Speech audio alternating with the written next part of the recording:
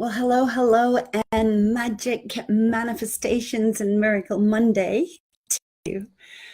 I wanted to share a really funny story that underneath the surface has a lot of relevance, especially in my work with animal communications and how to create more ease and support for both people in transitional phases of their life and also in animals that are transitioning.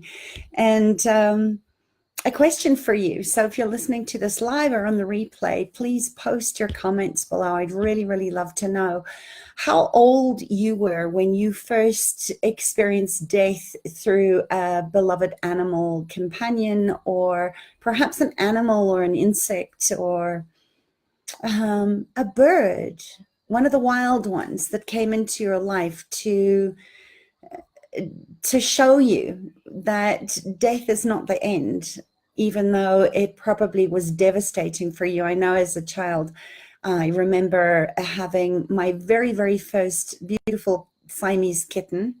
I was probably 5 or 6 at the time, and she meant the world to me. I grew up in a family with cats and dogs and horses and cows and a lot of wild ones that used to visit me. And I much preferred the company of people to animals because they just, I could just be myself with them. But I remember when she was probably, her name was Candy Cane, and I remember she was possibly 1 or going on nearly 2 years of age, and 2 young boys ringing the doorbell of our house. And I opened the door and they asked for my mother, and I knew that it wasn't that something was terribly wrong. And I knew that my cat was dead. And later on, when my mother tried to take some of that pain of losing my first kitty away from me, even though I never saw her die, it was awful. I just wanted to know where she was gone, looking at this, at her lifeless body. And I remember asking my mother, where did she go? Where did she go? Because as an intuitive and as an empath, as we are as children, we can often, we can feel when the being, the infinite being, the spirit of the body or the soul of the animal leaves the body.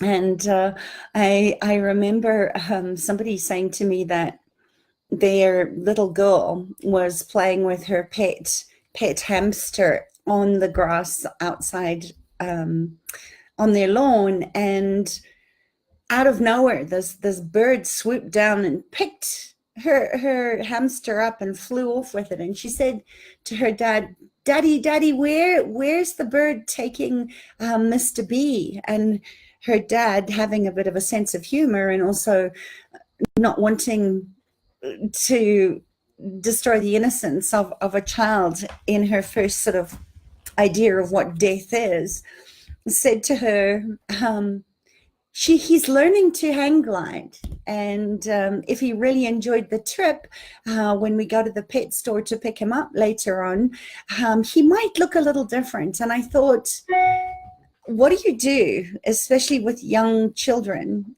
who you don't want them to feel the pain of losing their beloved animal friend, that we make light of it or pretend that, in like a story like that we're doing the best for our children by giving them a lovely story like that actually isn't true.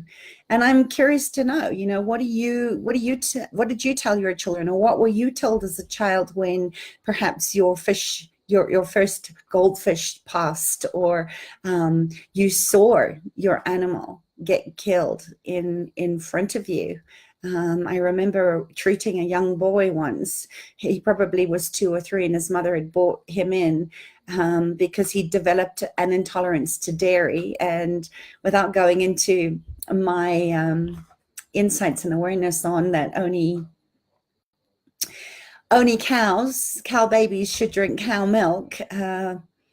What came up in the session was that this epigenetic marker to be allergic to dairy products had come up for this child when he had been at the ice cream truck outside of his house with his friends, getting an ice cream on a beautiful hot summer day, and seeing his puppy run across the road and get hit by a car and die. And from that moment on, how he had actually developed a dairy intolerance. And when we worked through the trauma and were able to release it from his body, because remember, the body holds and stores the trauma if we don't have the tools that we need to work through the grieving process and synchronize and integrate that in the body in a healthy way.